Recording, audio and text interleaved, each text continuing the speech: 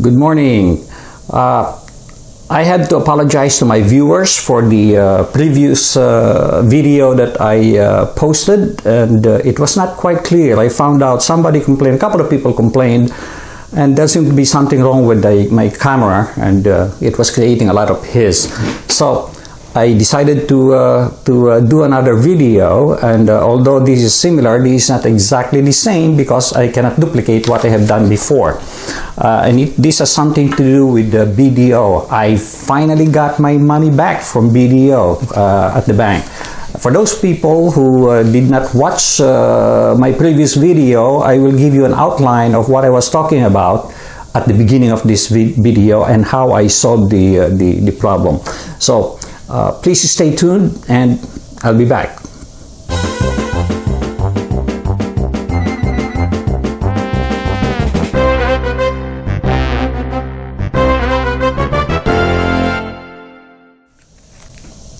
A while back, I created a video because of the situation I encountered where my money disappeared. I have maybe 3 or 4 bank accounts at BDO for different purposes, and one of them, of course, is my checking account. When I was in Manila, I was paying a lot of people for the renovation of the condominium, I would say finishing of the condominium, and I had to issue checks, and therefore I had a checking account for that purpose. Now, of course, when I came back to the US, there is no reason for me to write checks. I'm not going to write a check and mail it to the Philippines. It's just not practical.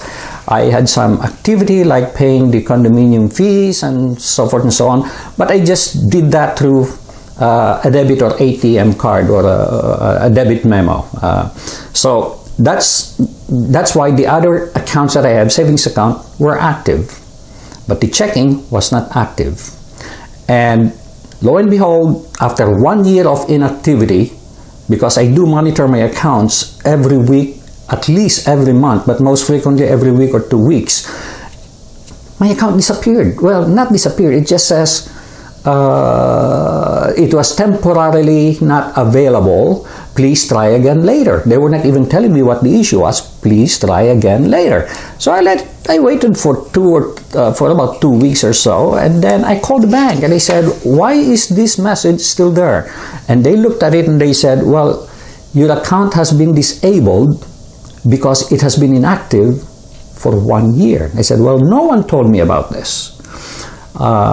I said, maybe there was something that I signed, but who reads all these fine prints? Especially in the Philippines, they ask you to sign 1 million documents. I said, this should have been highlighted. They highlighted the fact that I need a minimum balance, but they did not highlight the fact that I need to have an activity in 1 year. On checking account. On savings account, now I know it's 2 years. On checking account, it's 1 year. And anyway, be that as it may, I said, how come I did not get notified? Because here in the States, we also have what they call is cheatable or unclaimed property, where they're supposed to, first of all, it's 5 to 10 years before they consider it unclaimed property or inactive account. And then they're supposed to notify you. They even publish it in the newspaper. Then, if there's still no claim, then they forward it to the state. The money goes to the state. Well, in this case, the bank is keeping the money. And they say that, no, I did not lose the money. It's just that I cannot do anything about it until I go back to the bank in person, okay, to reactivate the account and put an activity on the account like a deposit or a withdrawal. That wasn't quite acceptable to me. I said, I need to have control of my money. I'm already telling you I'm here, I'm alive, I'm not missing in action. And they would not reactivate it. So I sent a letter to Central Bank. I sent a letter to Central Bank. And the Central Bank, of course, acknowledged my letter. By the way, I sent an email as opposed to snail mail. Okay? And the bank, I of course explained to the bank that I always periodically review my account online. I spoke to someone, I will not mention her name, but I spoke to someone who spoke to the manager, And the manager said the same thing, that it's dormant for 1 year and therefore I have to come back to the branch to reactivate it. And I have to put a deposit in to make it active again. And I have to wait until I go back to the Philippines. I told them, hey, I'm in the US, so what do you want me to do? I cannot take a jeep from here to Manila. They did not tell me about the dormancy rule, and I told them, why did you not notify me? And they said, well, the head office actually sends out registered mail. And I checked the rules, and they said 60 days before the dormancy period expires, I'm supposed to get notified. I did not receive any notification. And there is no reason they cannot notify me. They have my email address, they have my phone number, and they have my internet access. And in this internet access, I keep on getting junk mail, such as, oh, the account is temporarily unavailable because the system is going through maintenance. Or, oh, you can now do your bill pay. And there's a lot of this, okay? Almost every month or every 2 months, I get messages like, you can do your bill pay, or you can do investments now via online, blah, blah, blah. They can do that. And those to me are unimportant things. Now, this one is important. And guess what they did? They did not notify me. They claimed that registered mail was sent to my last known address in Manila. But I'm in the US. Okay? So if they do that, and I did mention this to the VP, if they did that, they're just documenting the fact that I was notified. All right. So what happened? I sent an email to Central Bank of the Philippines, and they sent me back a letter, and they said, the consumer assistance mechanism of the Bangko Sentral ng Pilipinas facilitates communication between the parties by elevating the consumer's concern to senior management of BSP supervised financial institution involved with a request for BSFI to directly reply to the consumer, copy furnished to us. Okay. Concerns will be referred to the senior management of BSFI involved with the request that they directly communicate with you, copy furnished to us, their comments and or disposition on the same within 7 banking days from receipt of our referral. This was sent. What happened next? I got a call from the vice president in charge of the branch. And she was very apologetic, but she was saying the same thing. Well, see, because we have a policy and the people upstairs are the one who laid down the policy. Well, I said, then I want to talk to the person who's coming up with that policy. I said, the problem with you guys, okay, is that somebody upstairs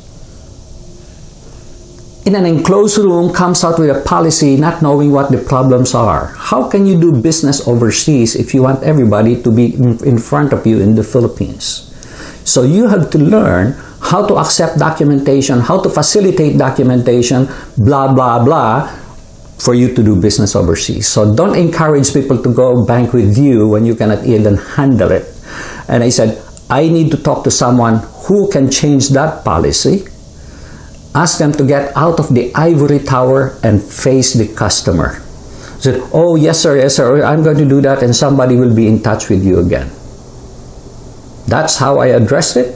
I basically refused to talk to this individual who does not have any authority to do anything.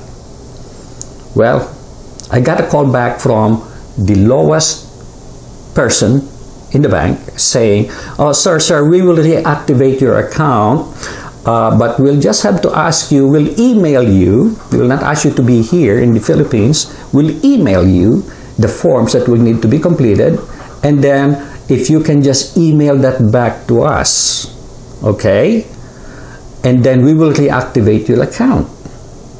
And then, if you could just mail them after we reactivate the account, if you can just mail them those same forms. And I said, well, I'm not going to pay for mailing. Do you know how expensive it is to mail stuff back and forth to the Philippines? Do you know? Okay. And they said, well, we will pay for it. We will take care of that. I said, okay, fine. Go ahead and send me the paperwork. So I filled it out, scanned the documents, sent it to them by email, and that same day, well, actually the next day, because there's a 12-hour difference. Next day, they said, okay, sir, we already reactivated the account. They deposited their own money, 100 pesos, small as it may be, it's their own money. They put 100 pesos into the account to reactivate it.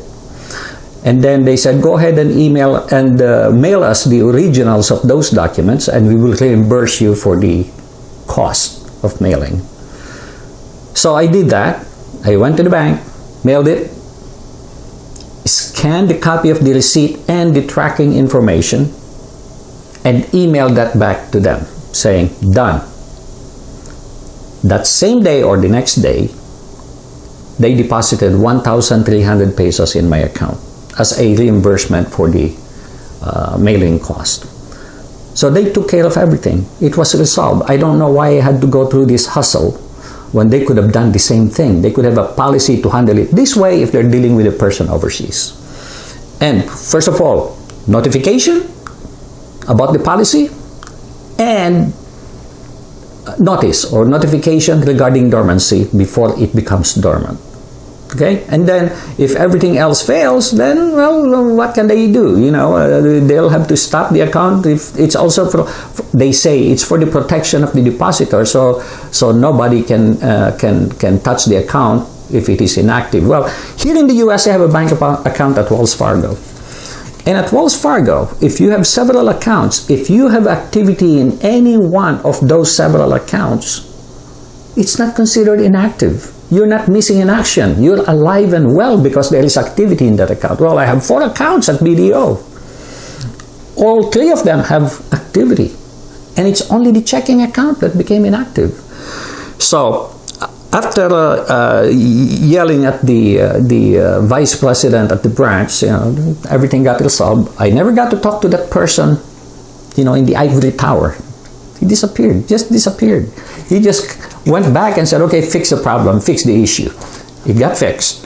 And then she was very apologetic to me, and she said, well, the problem, sir, is the lower level people did not elevate this to my level, and therefore I was not aware of the issues. She was aware of the issues. And anyway, she was being very friendly and said, we'd like to meet with you when you come to the Philippines. When are you coming over? Please call us and visit us. I'll be more than happy to meet with you. And hopefully we were able to resolve to your satisfaction. And that was the end of it. So guys, for those who sent a comment that they had similar experience, hundreds of thousands of pesos being lost and things like that, here is your alternative. I will put the email address of the Sentral Bank where I sent the letter to, and do the same thing. Do not just give up. Send them a letter explaining your situation and what is happening. Be specific. You don't have to put your account number. I only put the last 4 digits of the account number, but put your information as to who you're dealing with. By the way, when you talk to the bank, make sure you get a name so you can quote somebody. Make sure you get the name of the person you're talking to, and put it down, and put the rest of the details as to exactly what happened. And I'll tell you what, the experience has been good. I was able to get action from the bank. Otherwise, they're not going to do anything. They're not going to do anything. And therefore, I can't help but suspect that although there is such a policy, this is their way of being able to hold your money hostage and have the use of the money, whether money is yours or not. You have no access to it. So as far as I'm concerned, it's not mine. It's gone. Okay? But they were able to put my account back in the active status without me spending a single penny. Someone commented that I should also bill them for my time, and he's right. He's right. I probably should. Luckily, I'm retired, so I have more time in my hands, but it's still not worth the aggravation that they had to put me through. So I sympathize for those people who do not have the information, and therefore I'm providing them here. And I wish you luck in being able to take care of your problems, not only with BDO but other banks. Some people complained about PNB, some what's that? BPI, Bank of Philippine Island, something like that, and handle it with Central Bank, and I'm pretty sure you will have a good experience as well. Well, I did anyway. So thanks again for watching. If you like this, please do share it with others so they will benefit from it, and please do subscribe so you will get other episodes from my YouTube channel. Okay, thank you and have a great day.